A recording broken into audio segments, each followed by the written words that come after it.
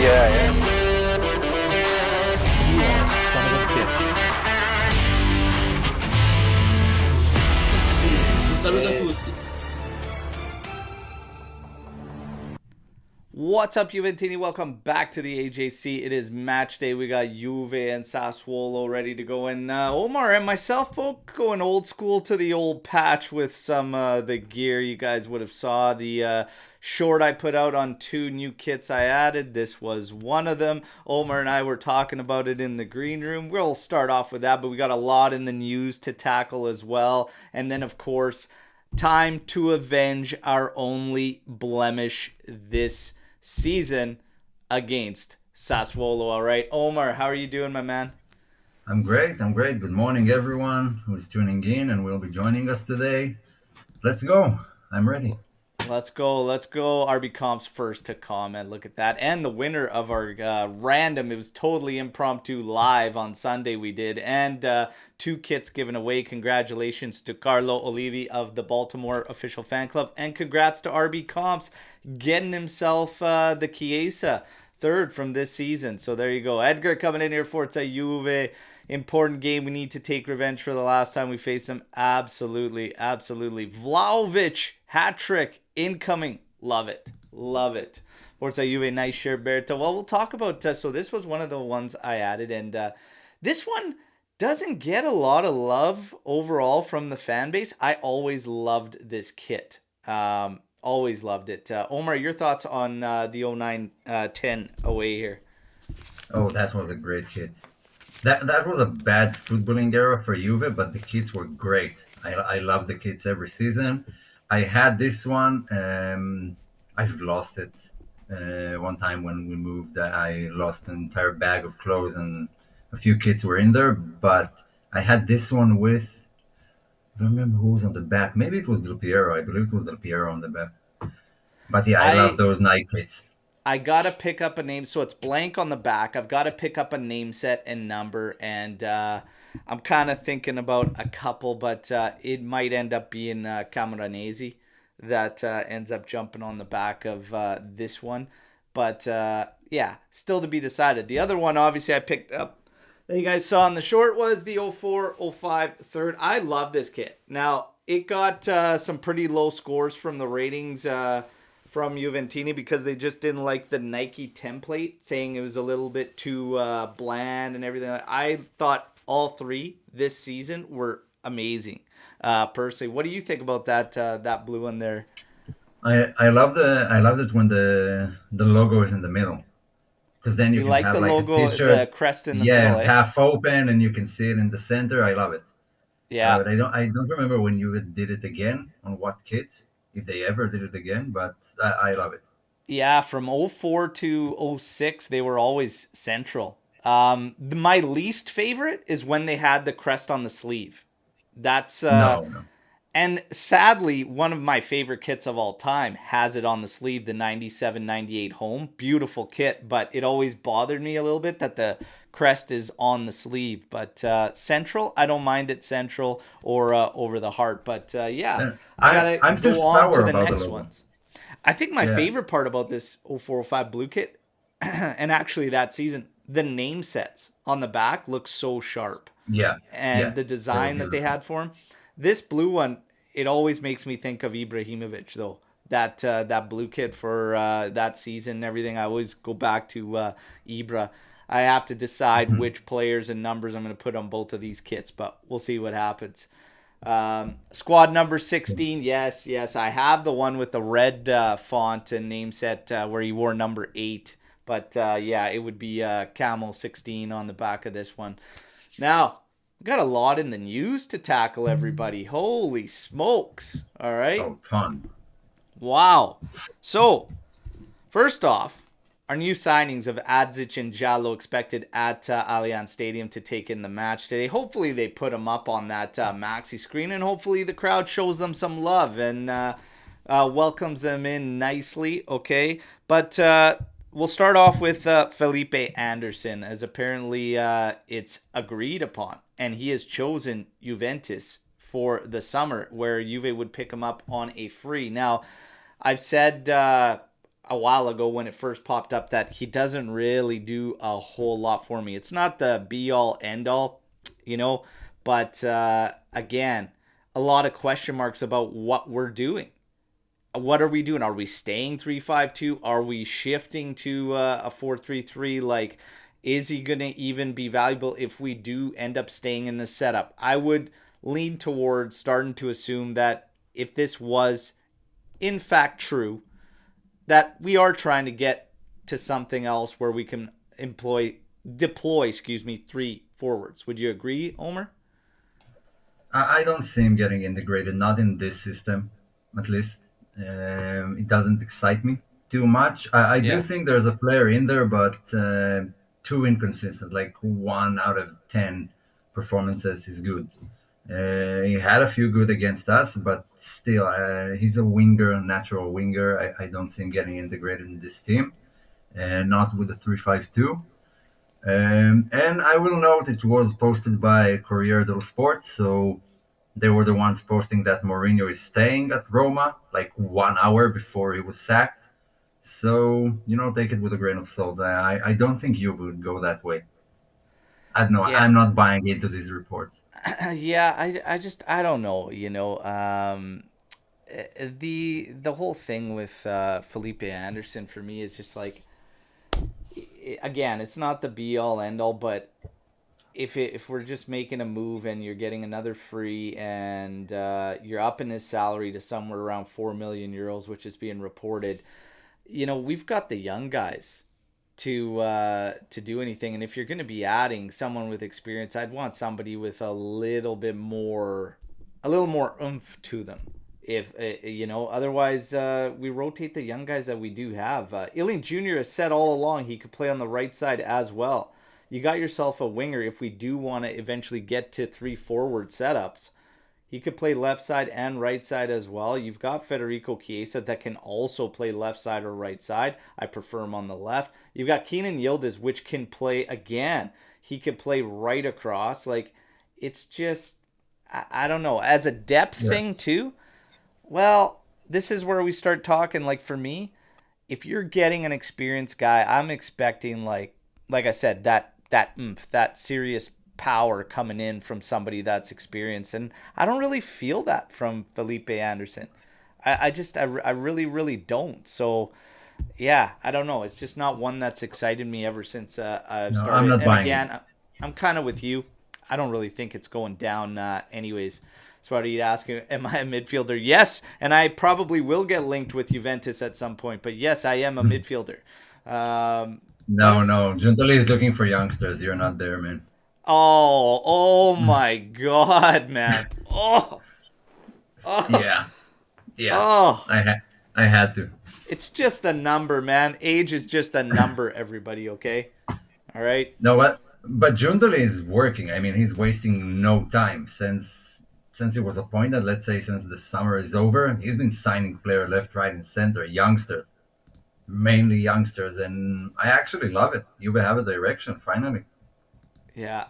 It's I mean, as far as the young talent goes, like, we're still linked with all these guys, and it looks like they're just still stockpiling the young talent, which is fantastic. I still say, though, for this main roster of Juventus, I'd like to see, maybe 2 guys that are like ready now, set to go and get in there, okay? But Coop Mainers, that's been the latest that, all signs are pointing to Juve staying put this season, which we've said we'd be fine with if that's what they decide to do. I still think it has enough. And this is another discussion that came up yesterday with a long time, like an original supporter of ours, all right? Squeege, for those of you that forget him on Twitter, an absolute beauty. But it was with Coop Manners apparently being, the top priority and whatnot. Number one, I'm not so sure I'm buying into that one either. But Coop Manners as a whole, okay, like just as a piece, I asked the question a couple days ago before this news broke out yesterday that Giuntoli might stay put because they want to make a push for Coop Manners. And I asked, out of all of our targets listed, okay, separating Kefren and Turan because I think he's going to be priced out, okay? But if we talk about the latest rumors with Manu Kone, We talk about Samardzic. We talk about Sudakov. You've got Saul popping up. You've got Ederson. And then you have Coop Mainers. If it had to be one of those guys in the summer, is Coop Mainers that guy for you, Omer? I mean, it could be. I have nothing against him. I think he's actually a good player already. He's at the right age, like he's at his peak right now. So that's a signing that should deliver right away. It's not a youngster who needs to take his time. He's familiar with the league. And he does get a lot of goals and assists relative for a midfielder. So, yeah, I'm all for him. If Kefren Turam is out of the question, I still love Manu Kone. I think he's a great player and would be a great signing for Juve. But I have nothing against signing Cook Mainers. I think he's great. It's just the price tag of like, what was it, like 35, 40 million Yeah. is maybe a bit much, but we are talking about a player in his prime, so maybe that's fair. Um, yeah, so no issues. I would love to have Coop Miners. I don't have any problems with him. I just think that I'm not so sure he's the guy we would need most out of all those guys. Like, he is good. He does obviously contribute to the offense and whatnot, but I'm almost looking for somebody like even more geared towards the offense, like a Sudakov, to be honest. But a lot depends on what happens. Like, there is the potential for two out of these options if a guy like Rabiot maybe doesn't extend with us. But I fully expect Rabiot to stay with Juventus. So for that reason, I would probably lean towards a Samardzic or a Sudakov to rotate with Fagioli, who will be returning next season. And that's the reason why. And Coop Manners, again, the price tag, it's a little much, I think. But we'll see what happens. Obviously, no problems with him, in my opinion. And I just again feel like we would need somebody more geared towards the offensive side. But I still think Coop Manners would be a solid pickup and definitely find ways to contribute. Now we got to get to. So we got rumors about Lucas Bergvall being on Juve's radar, but that should really be no surprise. He's going to be on a lot of teams' radar. It's already Barcelona, Bayern Munich, and whatnot. All right, so just one to kind of keep tabs on there. All right, and we got right on cue the question: are the rumors about Bergvall true? He's amazing talent. Have seen him play in person. I got very excited. He has trained with the youth teams of Juve a few times. I mean. So who was the one that reported it today? I believe there was two outfits that reported it today, right, Omer? Yeah, let me check it because there were a I'm lot just of pulling news it up today. right now. So you had one that was Mirko Di Natale, and Mirko's very, very credible. And I believe Yeah. the other one was, I don't know if it was Skira, but Mirko No, I Di don't think it Natale was Skira. on his own, I would put credibility there for sure, 100%. So yeah, I believe the rumors are true. But like I said, there's gonna be several teams looking at Bergvall's, right? So it's going to be an interesting one to follow. Obviously, would love to land him and whatnot. But Omar, you had some thoughts on this one. Obviously, we can't speak too much about his play, but Omar, your thoughts on this one? Yeah, I'll take the chat word for it. If they're saying he's a great talent, then I'm with him. I haven't seen him play, so I can't judge his play style. The fact that he's a center back is where it gets a bit tricky because we're like loaded at center back for like 3, 4 years with the ages of everyone. Even Danilo is not that old for a center back. Sandro is leaving. We just signed Jallo. Rugani's just extended. Hoyson will be back.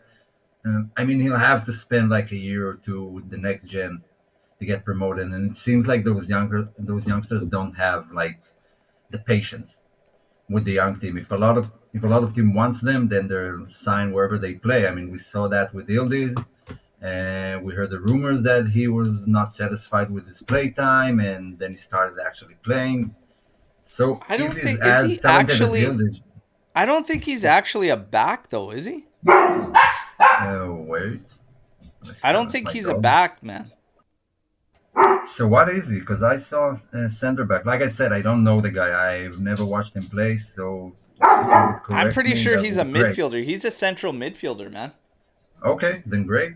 Yeah. Then great. Come on So, board. We're waiting for oh, you. and there you go. The chat's right on cue there. Yeah, he's a midfielder, strong, technically gifted, and yeah, Vince saying a mid. I think yeah, he's listed as a midfielder. I'm just kind of checking, and yeah, right in the heart of the midfield central. Jurgarden, obviously, his squad right now. He's 17 years old, so it's not something that's going to be, you know, Yeah. immediate by any means. But again, stockpiling talent, like we were talking about, plugging them through Juve next gen, get some loans going, even with Dean Huijsen. So we got to talk about Huijsen now because Mourinho, we got a split there in Roma. They part ways immediately, effective immediately. Daniele De Rossi comes in as coach, and yeah, if you're Huijsen and you chose Roma because of that, that kind of stings. This whole thing is starting to really piss me off in general because of the fact we also lost Luigi Cherubini because all of a sudden, out of nowhere, it just fell through. He's getting a cyst removed in his knee or whatnot and undergoing surgery. Will return to playing in March, but it's all on hold. That was the one thing that made it actually like, okay, this is a sweet setup. If we get Huijsen on loan, can get minutes, and we get a young prospect that we could sell, even if there is a big sell-on clause. And now that's fallen through. And now Mo leaves. I would have much rather preferred he just went to Frosinone. But hey, Huijsen made the choice. But it really sucks for him if he made that strictly because of Mourinho.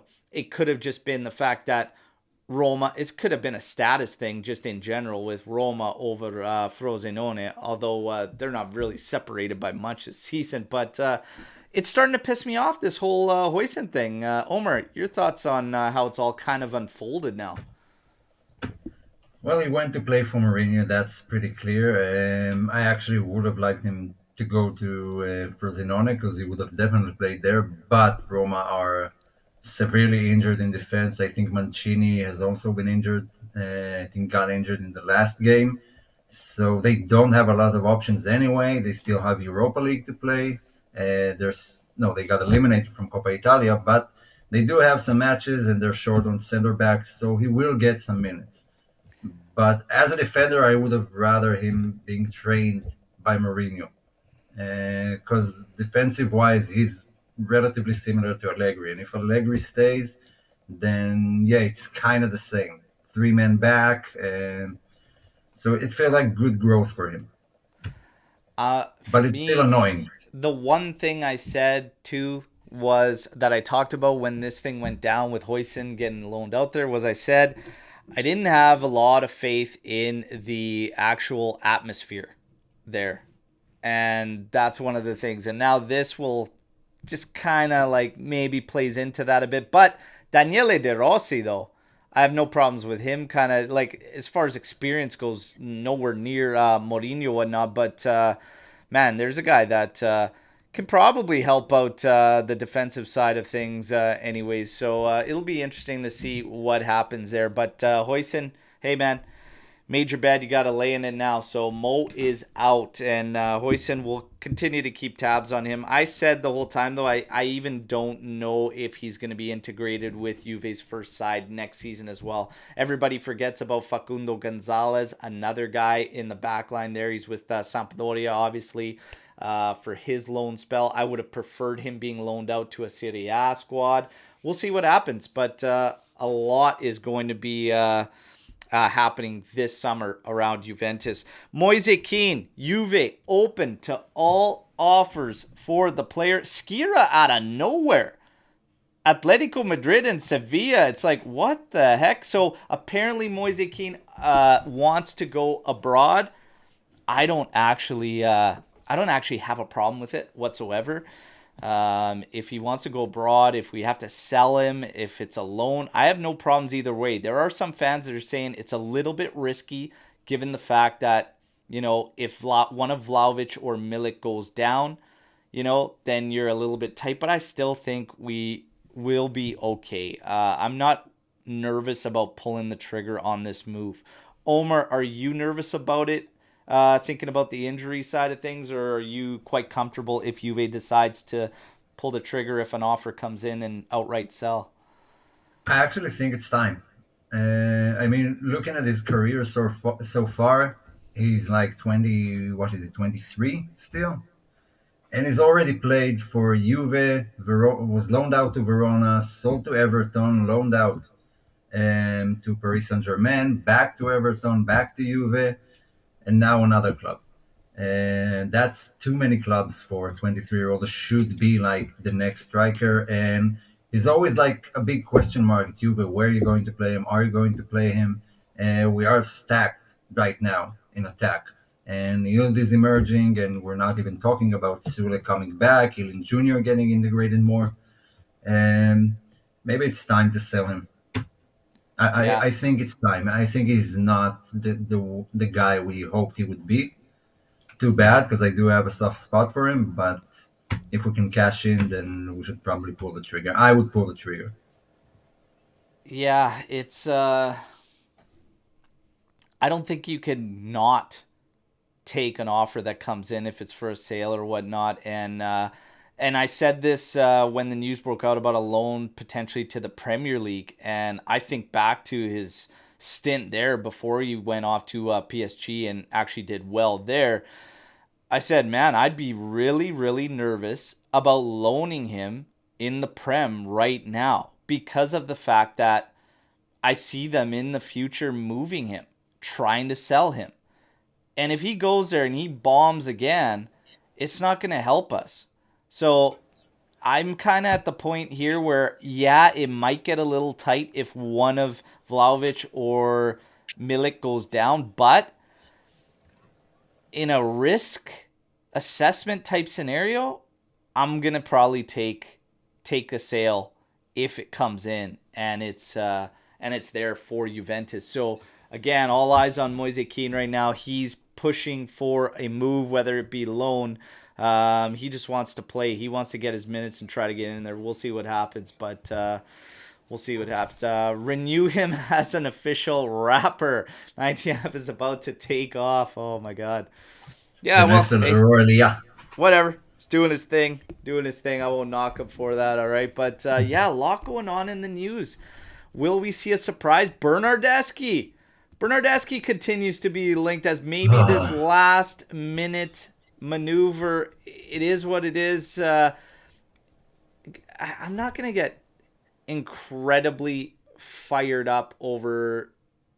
The only thing that's going to get me fired up, everybody, is if we do something that is a commitment, something beyond this second half of the season that is like, okay, why on earth are we doing this? But strictly as a coverage in a couple spots, probably even midfield with no commitment, because he has played Mitsala there for us, and it's not the best by any means, but on a 6 month, no commitment beyond, it's not going to make me rage or flip out or pissed off. But I obviously would prefer us landing somebody we've wanted, in the midfield. That would be ideal. But I'm fine even staying put. But obviously the Bernardeschi thing and the way things went down the first route, it's not appealing. And I get it, okay? But we're going to get to this. Because this came up yesterday, and I said the whole time I've been saying, if we have to stay put, I'm fine with that. There was a point probably a month and a half out of the Mercado where I was like, you know what? We absolutely have to bring in a midfielder 100%. I'm not really feeling that way anymore, and I'm kind of feeling like we're okay.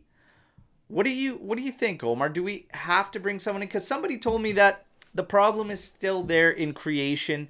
If we want to get serious about this title run, I don't think we can do it without adding the creative force in the midfield, because I feel like it's going to catch up to us at some point. What do you think, Omer? I think getting Bernardeschi is like getting a tomato for your birthday. I couldn't be less excited. I think we can just, give it up.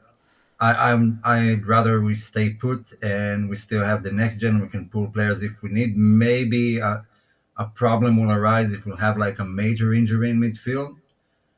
But Bernardeschi doesn't add anything. In my opinion, it's just redundant. There's no need to make that move. He's past his prime. He's just nothing. It's a nothing signing. Listen, I you mean, we can slice have up a a longer tomato, you options. sprinkle a little salt on there. You can deal with it. It's not that bad. But would you want it for your birthday? As your signing, as our midfield signing One for birthday, Juve. not 2, 3 in a row. If there's no other gifts or getting a tomato, I'd probably take a tomato over nothing. I don't mind tomatoes. Slice them up, a little salt, it's okay. But listen, Yeah. it's not the be all end all. Depth, coverage, whatever. It's not like he's coming in and all of a sudden he's going to be our go-to. He's starting in here I mean, I would hope not. But Yeah, but that's Allegri. I mean, Allegri could suddenly make him like this consistent starter. The way he plays Sandro, he has that soft spot for some guys. But I don't know. I feel like there's tons of better options out there. Players who can progress and actually become something, But even if it's can just we for bring them covering. in this window? And that's what I'm saying. This would be last resort to just add. So if it's a matter of adding nobody or bringing in Bernardeschi, do you bring him in?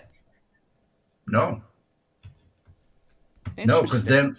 because we are pulling players from like we are pulling Nanj and Hassan now, and we keep seeing youngsters' names from the next gen joining. I would rather give them the time on the pitch than going for Bernardeschi again, and then he'll have like 2 good games. So we renew him for 1 more year, and then he's one of those guys is like stuck in rotation and just keeps getting renewed, and you can't sell him and nothing. Even if it's a 6 month loan, I don't see any reason for doing that. I'm and everybody knows where I stand on player returns. I'm done with them, okay? But in a depth situation, I'm not against it this season. If it's a matter of bringing nobody in at all or just bringing them in, I'm actually okay with him as a coverage. I don't want to see him come in and be the main, okay? But ultimately, yeah, I would love to get a name that's new, that's fresh, that can bring what we want to bring. The other thing to be said about Berna is, to be honest, and we're talking about 6 months, you guys. We're not talking about a year commitment, 2 years. Like, it's 6 months and then see you later again. I wouldn't mind him probably over Kostic on the left outside, another position he's played before and whatnot. But that's a whole separate thing.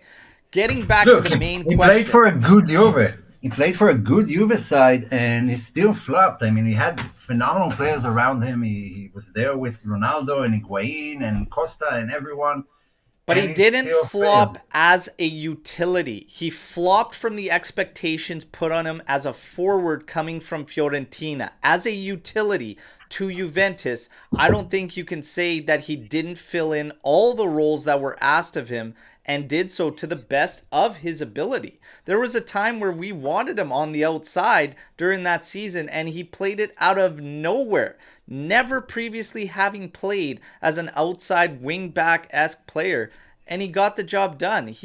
From a utility point of view, okay, he did not actually fail. He failed from his main, being a forward, being a 10, being that guy from Fiorentina. That, hands down, he failed. As a squad player, he did not, which is what he would be coming in as. That's my whole point. He's not coming in to be a saving grace, but as a utility, I'm okay with that if it's bringing in nothing. I'm not. I think it's redundant. Utility players, I mean, yeah, they're guys that you can use, especially when you have like Champions League and you need the rotation. I don't feel like we need him now No, that he for me, can listen, improve any position. you're about to go down the crunch of a season, okay? Chasing Inter. If it's a matter of not bringing anybody or bringing a guy that, like you said, whether he's been part of good Juves or not, was a utility, did the best of his abilities at the utility role, and we're chasing, and he's got championship experience with Juventus, I'm sorry, man. I'm not going to just take nobody. And again, I don't think it's going to happen, everybody. But if it's a matter of nothing or burn him for 6 months, I'm not No, I'm not and how completely long? against it. But the main question that was asked is, Go are on. we okay status quo? We have to bring in a creative midfielder. I don't feel we have to. And that's the main question. Do we have to bring in a creative midfielder this window to be able to get the job done against Inter and win this title? Well, we've made it this far without one this season, so I don't feel like we have to. I don't feel like Bernardeschi is the answer. He's not creative at all, but we don't have to. It would be nice to have like another option, which still Samardzic seems like the most logical choice right now. Age-wise, plays in the league, the price, the formula, taking him away before Napoli or anyone else snatches him. But to say we have to, otherwise the season is dead, no, I'm not there.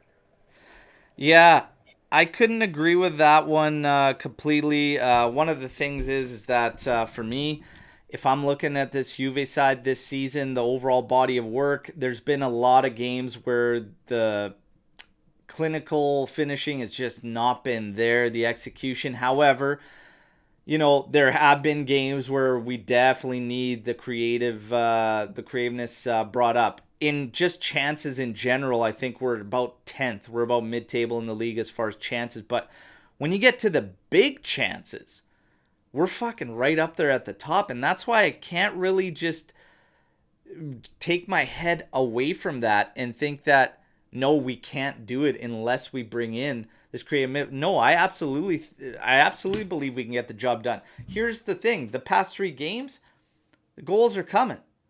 This team, with how good we are defensively, 2 goals is quite comfortable for a team that's as strong at the back as we are. And I know that 2 out of these past 3 games have been against weak opposition. Okay, no disrespect to them. But it doesn't matter who you're scoring against. That confidence has got to build up. I feel like if all of a sudden these guys hit rhythm, hit stride, if we can get Vlahovic banging on him, if we can get Chiesa back in there and he can hit. When the season started, these guys were absolutely on fire. If we get these guys going all of a sudden, nobody's going to be thinking about a creative midfielder. And with that many big chances created this season, the chances are there for these guys. I went back to the game against Sassuolo, the first one, and I looked at this. This thing is so infuriating because it's not that Sassuolo did anything impressive, anything fantastic, anything out of the ordinary, okay? We literally shit the bed in that one, Yeah, okay? we gifted them the win. You talk about missed opportunities too at the offensive side. Vlahovic was clear cut inside the area. Didn't even hit target. You've got a number of other goals that were at our feet that we couldn't put in. It was bad. And then when you talk about Szczesny, the howler, at the start, kick things off, what the hell? That just sets a bad tone right out of the get-go. But their goals were so weak. Berardi's, where he cut in, a nice shot from him and whatnot. But my lord, why does he have that space? Why does he have that space at the top, centrally, top of the area, to get off a one-time shot? It was so piss poor. And then, of course, you have the own goal. I mean, that game, we were 2-2 at one point in that match before a collapse. That game had multiple collapses from just errors. Tonight, I expect us to beat the piss out of them. I expect us to make a statement about that and make everyone know and put everyone on notice that was literally a blip from us and had nothing to do with Sassuolo. We're going to take a look at this game right now. Sassuolo, coming off a win 1-0 against Fiorentina. I'm shocked that Fiorentina could not score. Their defense is brutal, Sassuolo. I expect multiple goals in this game. Minimum 2. I'm expecting 3, to be honest, because Sassuolo's brutal. Okay? We talk about them. It's not going to be anything out of the ordinary. 4-2-3-1 is what's expected of them. Those 2 outsides expected to do a lot of work and come help close down at the back. They will look to counter us. I expect us to control there really should be anything here. They're fighting for relegation now. They're only 2 points clear of the relegation spot. So they are going to be bringing everything they have. But at home today, I expect a controlled victory from Juventus. Very, very business-like, to be honest. Probable lineup for Sassuolo: 4-2-3-1, Consigli, Pedersen, Erlich, Ferrari, Viti, Bolocca, Enrique, and remember Enrique Berardi, Thorsvet, Loriente, Pinamonte. Loriente was the one with just every shot he took seemed to give Tech nightmares. He was lacing everything, and Tech couldn't handle anything that game. So Tech's going to be wanting to get the job here today. But yeah, that last game, it was all us and our fuck-ups, Omer. Yeah, we gifted them the win. It kind of felt like the same Juve from last season, that just didn't have the mentality to win when someone is actually challenging them the entire match, and eventually they lost. I think that loss was actually good for our season because since then we never looked back. They actually also the only team to win against Inter, so they're having a weird season, but they're bad. I think Bolocca is a great midfielder. I think he's actually, like the best player out there for them, except for Berardi. I don't think he'll stay there, but yeah, they're having a bad one, and I want Juve to score like 5-6 to remind them who's boss, and that was a fluke. And yeah, so I feel like we're ready for it. At home would be a great time to get that win, and it's actually the lineup we wanted to have. I think that's you might be Juve's best lineup, the one who plays today. We're going to get into that. Real quick, best moment out of these three. This was posted by the Juventus official account on YouTube on a post. The Tevez hat-trick against Sassuolo in 2013. The 7-0 rout, okay? Or Ronaldo's first goal with Juventus against Sassuolo. Which moment was the best for you against Sassuolo? Tevez, hands down. That goal, man. That one goal was ridiculous. The 7-0 win was just such an emphatic romp. It was probably the easiest going victory I see. But, man. Every goal was a gem. Every goal was a gem. Like Lichtsteiner had a volley from outside the area. Morata got to Tevez. I don't even remember how much he scored, but every goal there was just beautiful. That was the most dominant Juve has ever been, like in that tenure. And you were just rampant, and Sassuolo, poor Sassuolo. I felt bad for them then. I don't now. Yeah. But let's go. Now, let's get to us. Obviously, Rabiot and Chiesa back on the squad list. One of them expected to start, and it's everybody we thought would start, and that's Adrian Rabiot. McKennie and Gatti are absences, all right? So this is what Omar's saying, probably our best lineup. Szczesny, Danilo. Minus McKennie. Szczesny, I'll add. Danilo, Bremer, Rugani, Weah, Miretti, Locatelli, Rabiot, Cambiaso, Vlahovic, and Yildiz. So, obviously, I would say McKennie has to be in there based on what he's doing this season. I want to see Weah and Cambiaso with both of those guys out there operating the flanks. I'm very, very excited to see that. Yildiz, he's just been on fire in terms of the decision making on the ball is well ahead of his years. It's been good to watch. Miretti, I think, needs to continue pushing, needs to continue showing that little bit here and there, and it's coming out in glimpses there. But I feel like there's so much there to this guy. It's just, again, I still stand firm on a loan being big for Miretti. But Weah's been showing some more as of late as he's gotten back and whatnot. And I'm always looking for him to grow in this side. It's going to be interesting watching Weah and Miretti because Weah and McKennie works very, very good. So we have to see what happens with Meretti out there today. He will be one I have eyes on to see how well he can work with the outside there, because McKennie has been interchanging with either Cambiasso or Weah very, very nicely. So we might have a change based on how we're going to play today because of Meretti being the one out there. Meretti won't get out there to the sidelines, I don't think, and interchange like that. Not really his game. But will this shift into a two-man pivot with Locatelli and Rabiot to get Meretti more advanced and work with Yildiz and Vlahovic? Potentially. I'm also interested in seeing Cambiasso and Yildiz work off that left side. There's a lot to see in this lineup, Omer.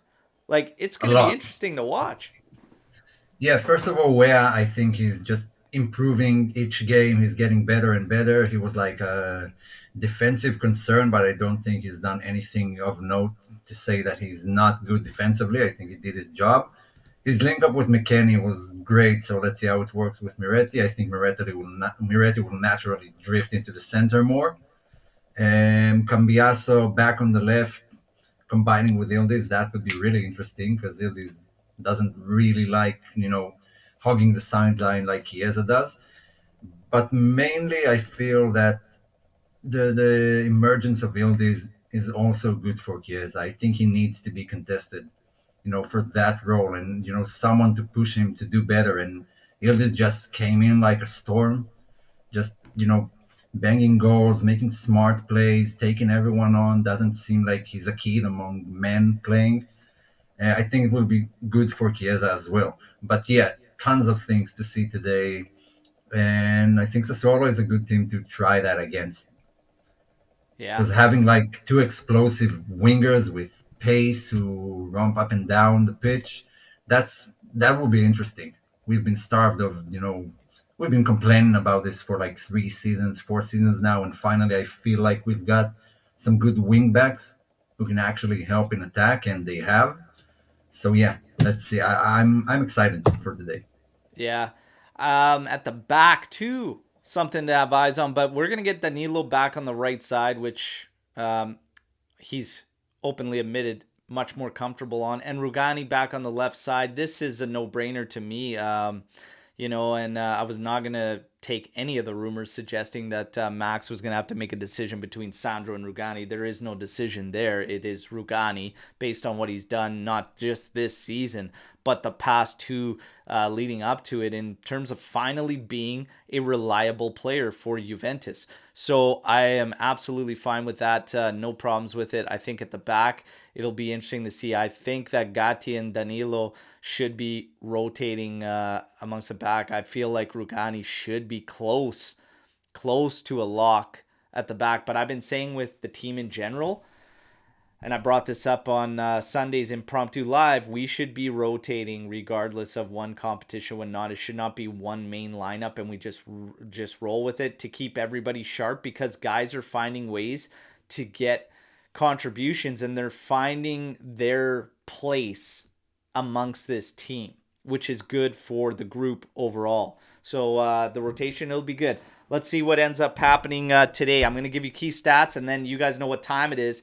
Prediction challenge time. Final score, 2 tiebreakers, all right? Like the video. Take a second to like the video while you're all in here, all right? Now let's get to the key stats. Juve have seen over 2.5 goals in 13 of their last 14 matches against Sassuolo in all competitions, all right? Is that going to affect your predictions? Let's see. Juve have won 10 of their last 12 home matches against Sassuolo in all competitions. Juve have won 11 of their last 14 matches in Serie A since losing to Sassuolo, all right? We have the most points since that stretch, 3 more than Inter since that defeat to Sassuolo earlier on in the season. Sassuolo have won 3 of their last 5 wins in Serie A against top 4 contenders this season. That's hilarious to me because they suck, to be honest. Like, they do. They do. Sassuolo, only 2 points ahead of 18th place side there. So they're battling for, like I said, just to stay alive from relegation here. So let's get into this and get to the predictions. Omer, you're up first. Do the honors, my friend. Okay, let's go with what I want to happen. I want Juve to bang in four, so I'm going with that. 4-0. Maybe Berardi gets one because he's a pain in the ass. So maybe he gets one, but yeah, I want Juve to, at least score four. There you And go. yeah, their back line is awful. I mean, we should. If everyone is firing on all cylinders, then yeah, we should definitely get more than 2, 3 goals. Yeah. And Sassuolo at the back, like we have to hurt them. Adam And coming in here and it's 3-0. home. We're the best home team in the league. I mean, Swarit coming in 3-1. We got Forza Juve 3-0. Yildiz and a Dushan double. Dells is coming in with the Cortomuso. All right. All right. safe 1-0 bet. Juve. We got 2-1 coming in here. And then Aldo with the 3-1. And Dell's been a little quiet, my friend. Been a little quiet, my friend. But I see the comments on the daily update videos. And Dell's becoming very, very optimistic with this side and much more positive. Love to see it. Starting to believe in Max, who Dell's and myself have had major doubts in the previous seasons. All right, but Dells, we're always happy when you're in here, my man. Don't be shy. Let's get you going again. Dells won the award, the AJC final season awards one year for being the biggest shit disturber. It was awesome with all his comments and questions. We love it. 4-1. Swarit 4-1 changed from 3-1. Had a change of heart, coming back 4-1 with Fede Chiesa to score Dushan and Yildiz too. All right, Vincenzo G 3-1. We got Jeremy coming in here 2, Vlahovic and Yildiz. So I'm not going to go 4, but like I said, the numbers on the 2.5 is strong. In 13 out of the last 14 matches, Juve seeing 2.5. I'm going 3 goals for Juve. Do we get broken once today? I called us conceding to try and flip the script, okay?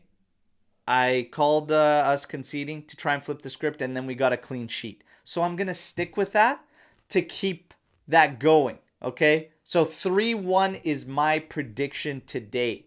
For tiebreakers,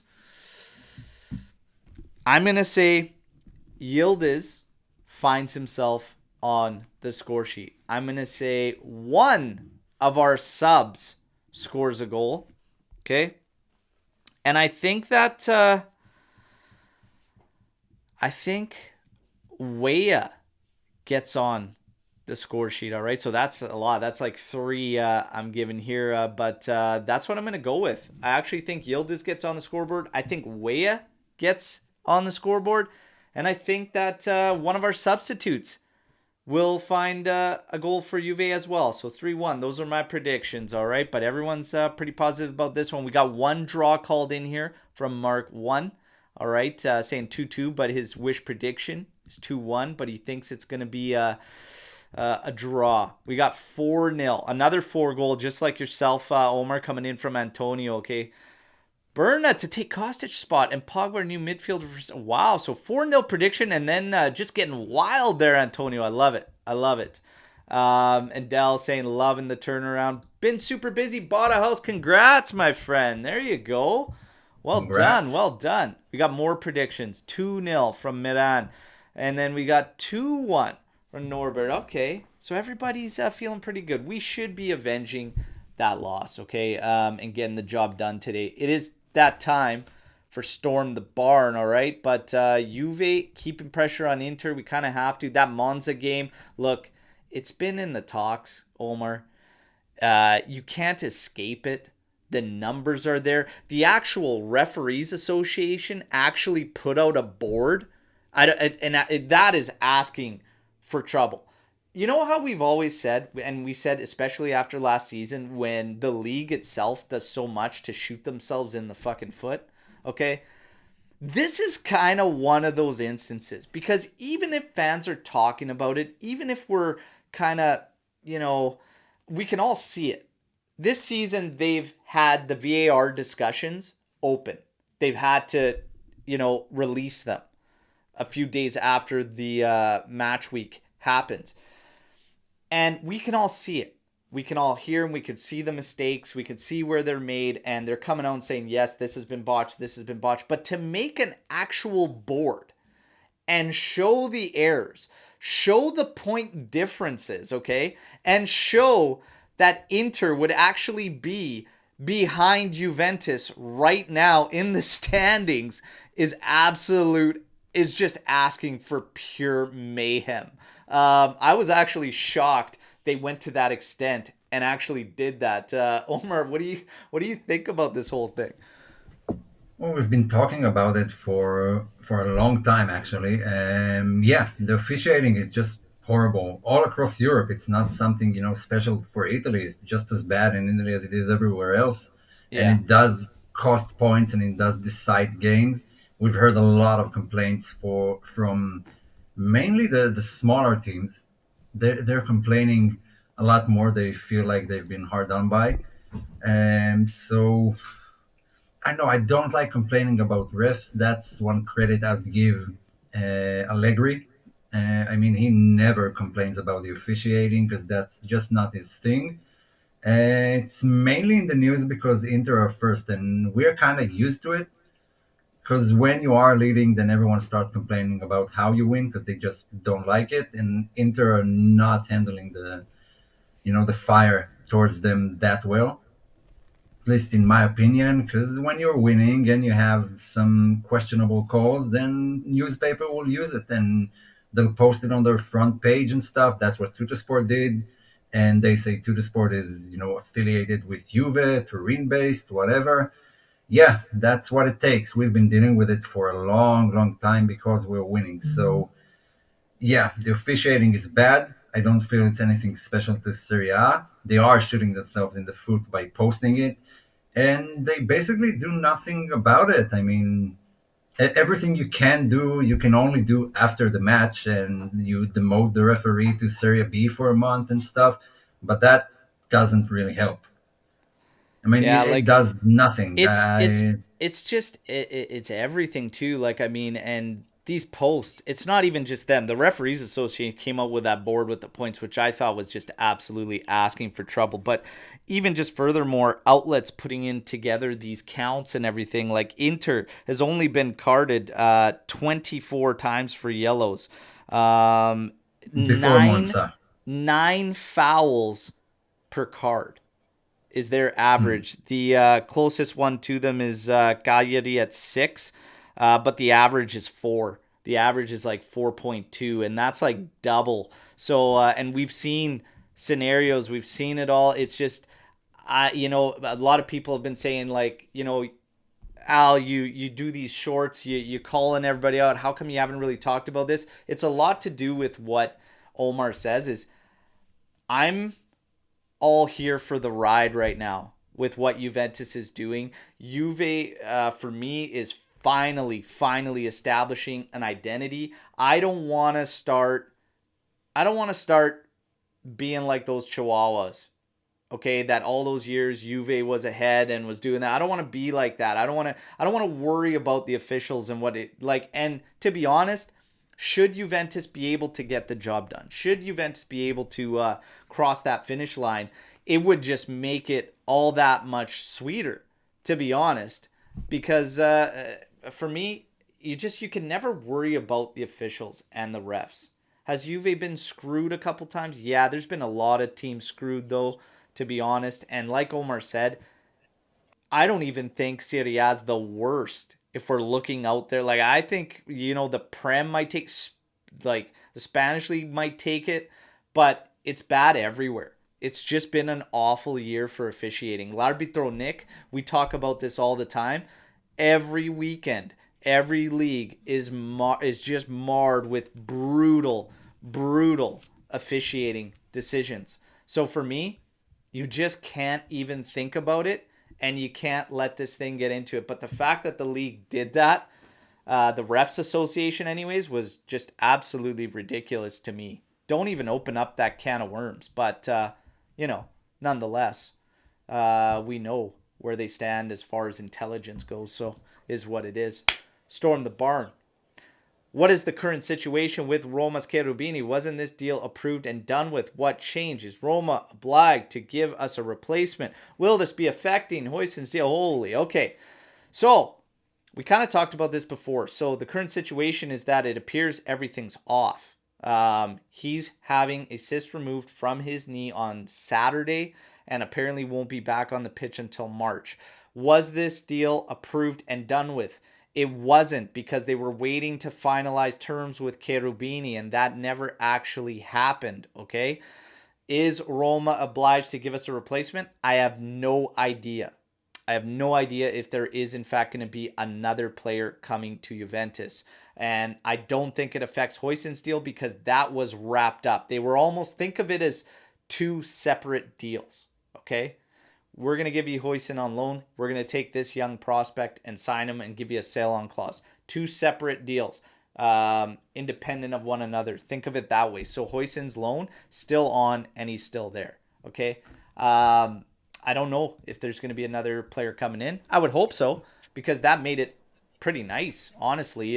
You loan a player, you still own him. We're going to extend with Hoisin, and we got a young prospect, even with a sell-on fee or whatever. It was a great piece of business, but see what happens. I think it's the injury that kind of canceled the deal, because he had to go through surgery, and Juve didn't want to deal with that. I mean, he's a youngster. Yeah, let Roma pay for it, and maybe later. And if not, yeah, then we have tons of other, and we will sign tons of others. So I don't think it affects Juve that much. Would have been nice, but not something that was important for the future or the season. Yeah. Now, we keep it rolling, everybody. We keep it rolling. RB Comps, if you had to, would you rather sell Yildiz and keep Illing and Sule, or sell Sule and Illing and keep Yildiz? For me, I don't care. I'm keeping Papa Yildiz. Yeah, I mean, this is one thing I've always said is, as of late, not always, but like as it's come up about the young guys, it's different when a guy can make a statement and make a stand in the first team as opposed to needing a loan to come back and then do it. It's just different. The fact that Yildiz is 18 and he's showing what he was showing, in Primavera, in Next Gen and whatnot, like, it's incredibly impressive. For me, for Sule, like, he needed that loan and whatnot. I still kind of have question marks about Sule. I think out of all those, I'm going to say Yildiz is untouchable. Like, it's just... Okay. I don't like hypotheticals that much, so let's do it like in the Twitter trend. Okay, start, bench, sell. Out of those three. It's I the think same we'll have thing. the same answer. Yildiz is on the top. It's the same thing. It's a hypothetical. Yildiz start. Yildiz is on top. Yildiz starts. Illing benched. Sule is sold. For me. Yeah, I'd probably agree. With Illing and Sule, it's very, very close for me. I almost think like Sule... Illing, for me, I see as a one-positional guy. I don't see Sule like that. I actually think Sule could play as a trequartista. I think he could play off the wing as well. So I'm kind of torn on the Illing Sule thing, to be honest. But Yildiz is clear because he's shown it right at the get-go with the first team. And I can say the same for Illing. I mean, for the short amount of minutes he had since last season, he has provided numbers. For a guy who barely... I think Sule got more chances than him, and he has one goal, and I don't think he has any other goal contributions. So Illing has used his time well. He has a few assists in him, a couple of goals. So yeah, I think he's a bit better than Sule. But they're all young. I mean, it could go anywhere for all those guys. So yeah, definitely Yildiz staying. Yeah, Yildiz makes a top any way you slice it. Storm the Barn from Tal. Could you see Gatti as a right back in a back four? We build in a 4-2 as is, and his heat map is all up and down the right side. I could see it. This come up a couple shows ago, actually, about Gatti as a right back in a back four, and not your prototypical build, but there have been some big guys that ended up moving to center back that played on the outside. Giorgio Chiellini was one to see and whatnot. And the way Gatti plays already now, we do at times shape up in a 4-man back, like Tal mentions, and he does get involved up there. We could see it. I mean, am I against it? No, not really. But if you had a back four, are you playing him right back or are you playing him center back first and foremost, Omer? Well, first of all, I'd play Danilo as right back. If we are going to forward the back, then yeah, I would play Danilo and Gatti in the center.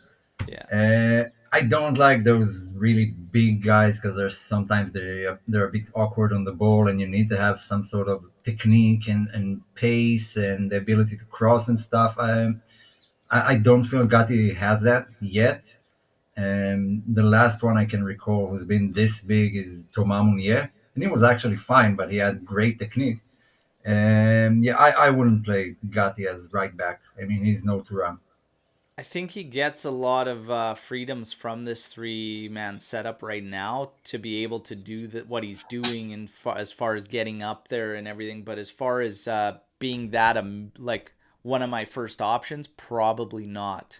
Probably not. But I could see him doing it in a pinch or whatnot. But like, I don't think it's a be all like something. Yeah, I would very much be intrigued to see it. I think he could do it, but you lose a bit. You lose a bit for sure, I think.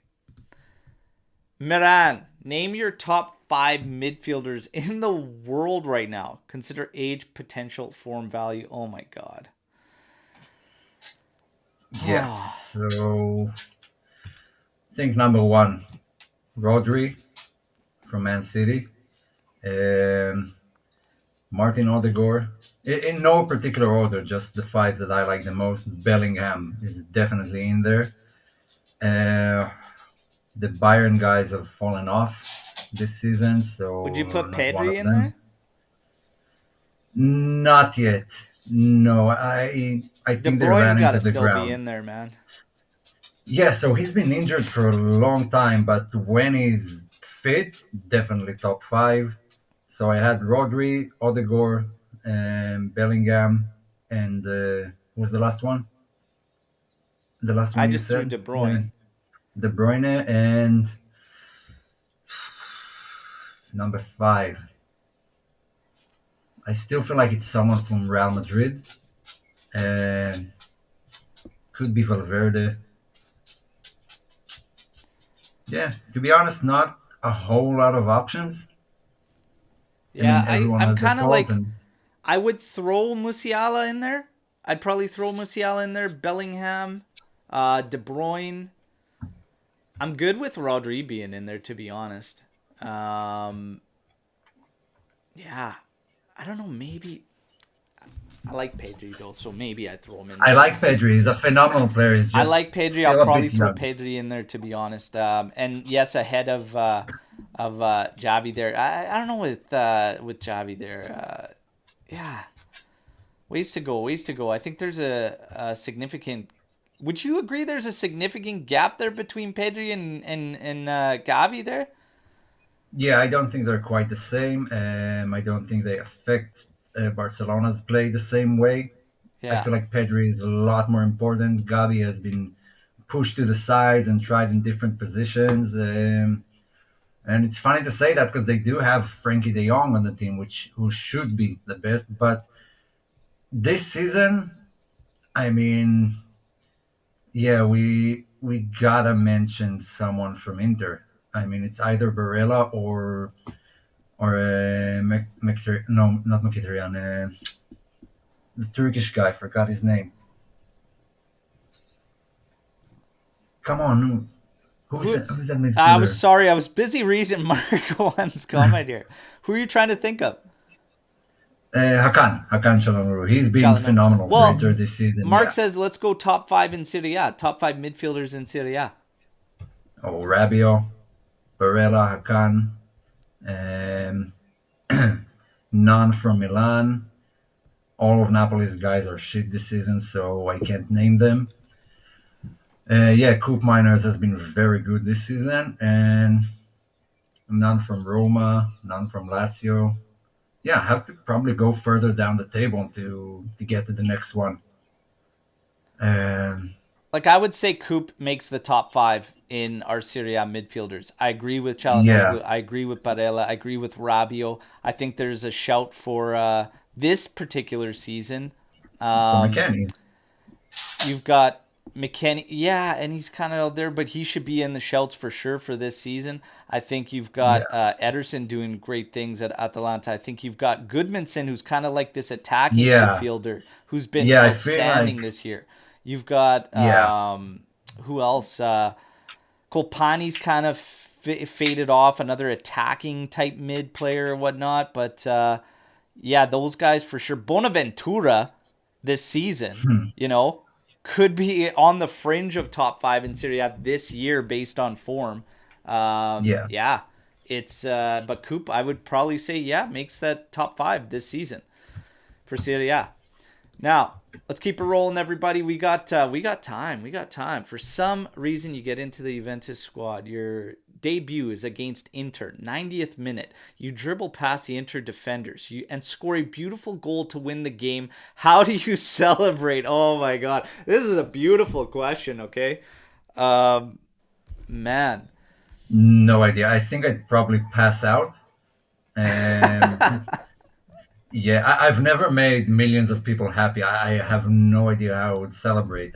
Sometimes you think Man, a about it. 90th minute dribbling past them scoring. Like, okay, Tarp's coming off number one. I'm jumping into with the Tifosi, okay? I don't care. I'm I'm jumping into the storming into the crowd. crowd. Yeah, Yeah, I'm with the Tifosi, okay?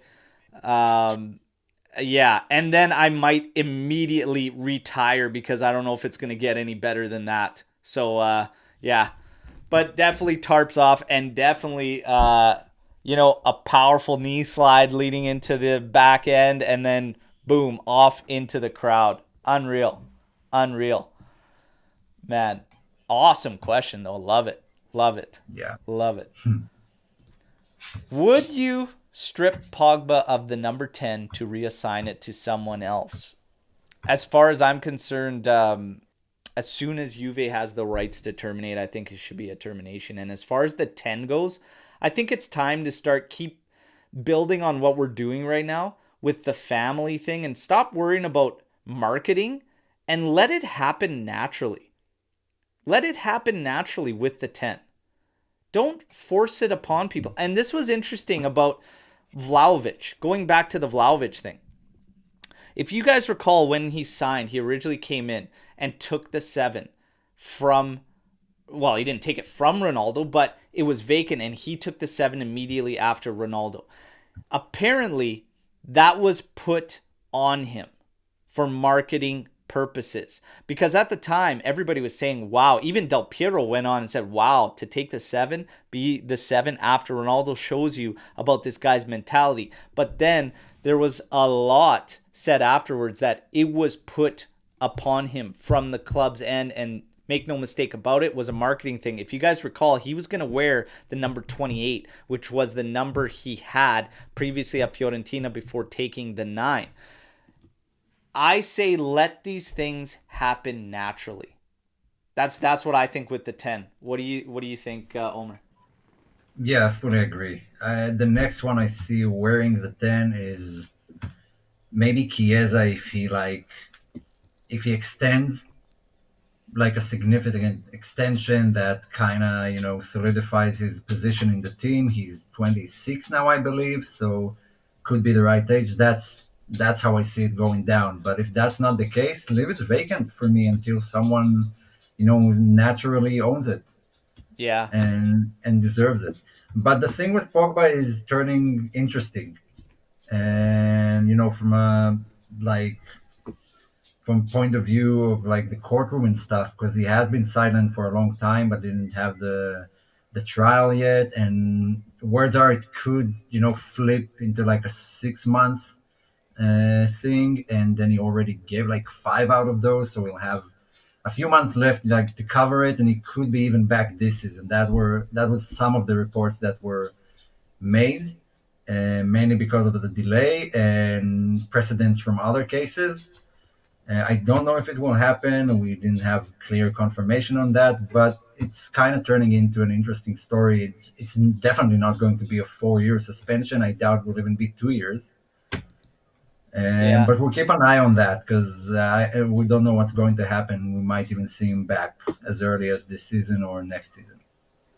Yeah. I It's shitty to say because it's an unfortunate situation for Paul, but I said it could have been a blessing in disguise to get Juve out of the contract and whatnot in a return that's been Oh, nothing shy of a 100%. nightmare. That's why I still stand firm. And people have called me out for it and said, "Man, that's so heartless. There's no human side to you, whatnot." Guys, I've said it multiple times on these shows. Like for me, I'm all about Juventus. I don't support Paul Pogba. I don't support like these. I support them when they're with Juventus because I want what's best for Juventus. And this thing is a business as well. So if I'm looking at things from Juve's point of view, has Paul Pogba given back anything near his contract, what it's been worth? Absolutely not. It's been headache No. after headache after headache. And I'm sorry, nothing against Paul personally.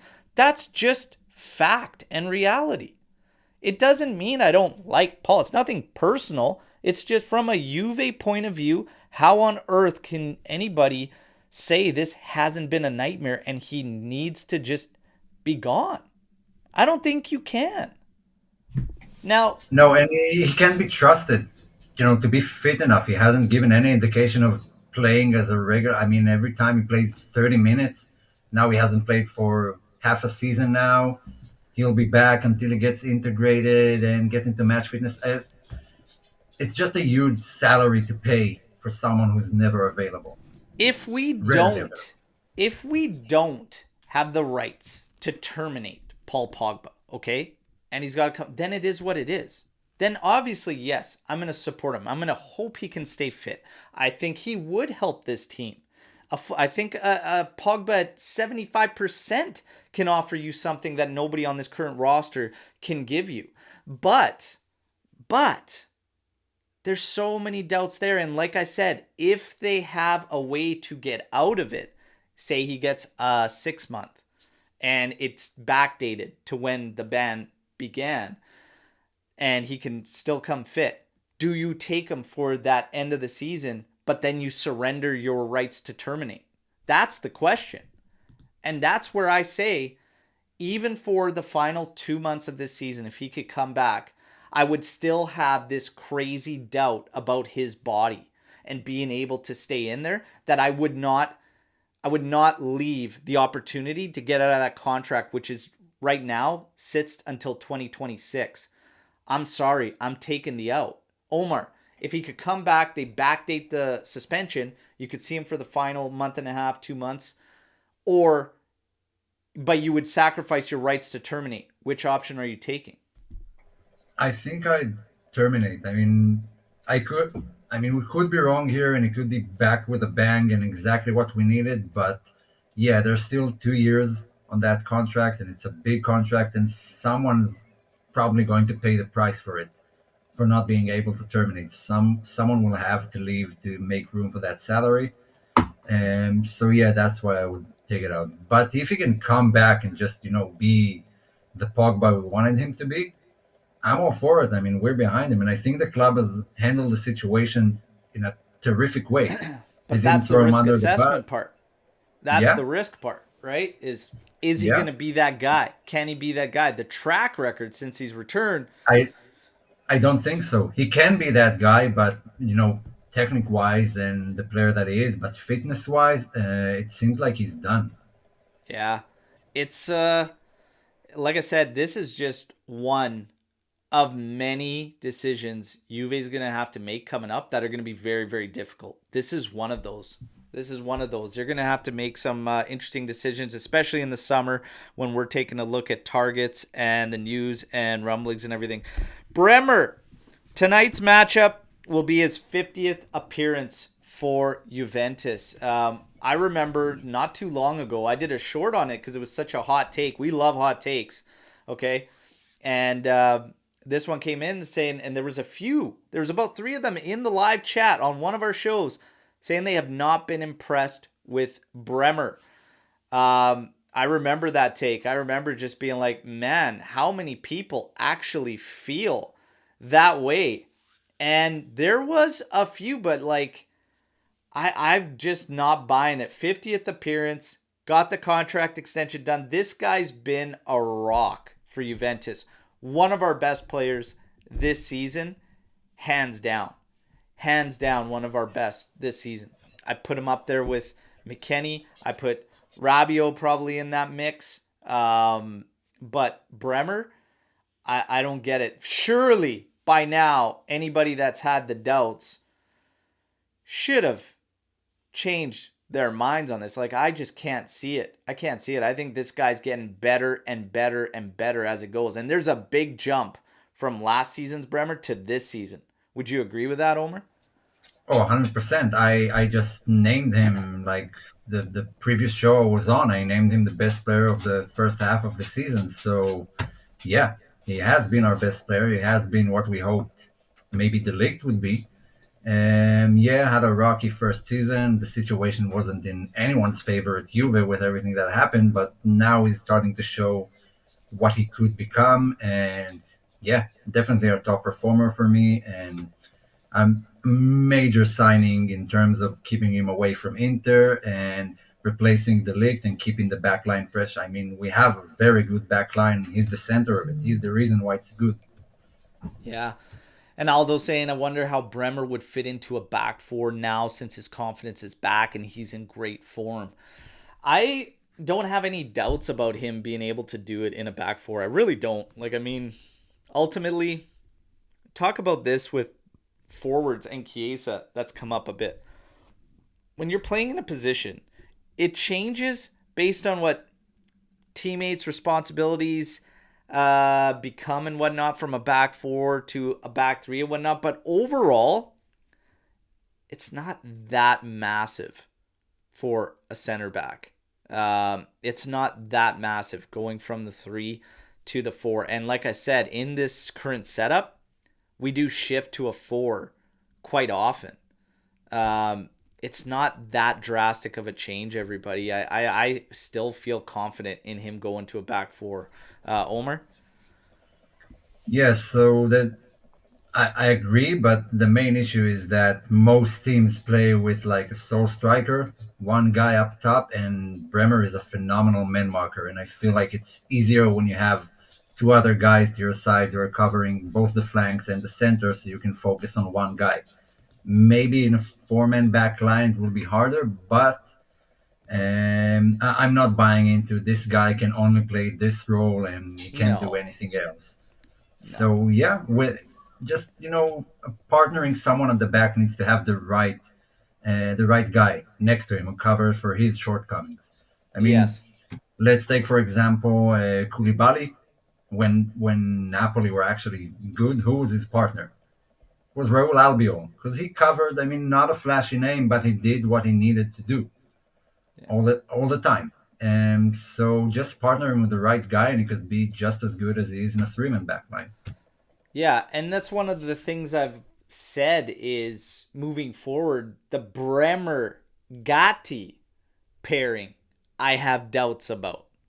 The Bremer Gatti in a two-man partnership, I have doubts about because I see them both being pretty aggressive guys and whatnot, and one's got to be the cleanup. And I feel like Gatti then would turn into a change up to Bremer, to be honest, in a two-man pairing. I don't really like them together as a two center back pairing. And I might be on my own on that. I don't know, but I don't like that partnership. And I mean, we haven't seen it, but I think about Gatti and he doesn't scream cleanup to me.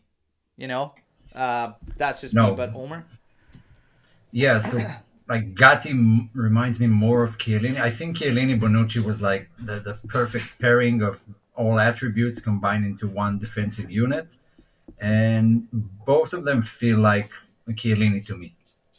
And I'm missing some distributor there, someone who has a bit more dribbling, a bit more passing range, and a sweeper like Bonucci used to do. So I don't. Yeah, I agree. They're not a good matchup in my opinion. yeah, Yeah, there's a lot to be said with center backs with the pairing, and not just so much the individual, but we'll see. And Rafael saying if you're a good defender, doesn't matter if you play back three or back four. To an extent, yeah, pretty much. But If you understand your role, then yeah. but there are traits and characteristics that sometimes when you're too similar, you know, it just doesn't really mesh, and you need that alteration, you need that change up. So we'll see. And yeah, Moise that's and actually Bremer. interesting. That's actually interesting what they're saying here, because based on what we talked about, Locatelli might actually be a good partner for Bremer, defensive wise. Luca CB, Alex P is gonna just love the fact that you said that, Alex, because Omer, because he's been Yeah, on this forever as Luca. I As a don't. I CB. don't want to see it. Okay, Forza I Juve also prefer the saying midfield. maybe even Luca. I mean, I like Locatelli. I have no problems with what he does in our midfield. I mean, I want more because I know he's capable of more, but I think if we want to unlock Locatelli, the answer is two-man pivot. Otherwise, I'm happy with what he's doing defensively. He's ridiculous for Juventus. And I think that's the first thing you notice. No disrespect whatsoever to Caviglia, because I like what he's doing too. But it's night and day defensively when Locatelli is on that pitch, in that role. As far as seeing him as a center back, I don't want to see it. Do I think he could do it? I think so. I think he could do it, and it's an interesting shout. Always has been. And Alex P has been on that for like almost the beginning of the season. It's crazy. But I don't want to see it. I I don't mean, want to see it. we've even seen Vidal cover at center back in the past. Oh, yeah. I mean, De Rossi, Locatelli's kind of turning into a De Rossi, but De Rossi had that ability to still distribute at that level. Locatelli can distribute at that level. It's just so hit and miss and inconsistent. But De Rossi had dropped back to center back and whatnot, a fine defensive midfielder. It can happen. It's pretty natural. You see that happen a lot. But, maybe one day we'll be in a pinch and hashtag LocaCB comes to life for Alex P. We'll see. But for now, it's Juve Sassuolo at Allianz Stadium. We got to avenge our only blemish, okay? We've got the predictions in. We're calling for goals against Sassuolo's weak backline, all right? But, hey, enjoy the match. There will be no watch along, okay? Midweek games, they fucking suck. And it's Tuesday, and it feels like it should be European play, but it's not. But next year, we'll be back in European play, okay, everybody? So for now, we enjoy it. Hopefully, it's a beatdown. Tomorrow morning, 8:30 a.m. Eastern Time, right back here for the post-match podcast. Hopefully, it's a Victory Wednesday, all right? We haven't had one of those in a while, okay? But hopefully, we got the Victory Wednesday. You guys, like the video. Feel free to clip anything from the shows if you choose. Share it, post it, whatever. We thank you for your support. For those of you that are looking other ways, the merch, there's 2 more days left of free shipping. There's a nice new Yildiz design in there. Of course, the Cortomuso and some crazy horse designs, all right? Thank you to everybody who's already chosen to support in any of those ways, okay? We always thank you. Fino alla fine, okay? Forza Juventus. Let's go get the job done. We will reconvene here tomorrow morning, 8:30 a.m. Eastern Time, all right? Take care, everybody. Let's go beat the piss out of Sassuolo and give them the big day. Let's go. Yeah.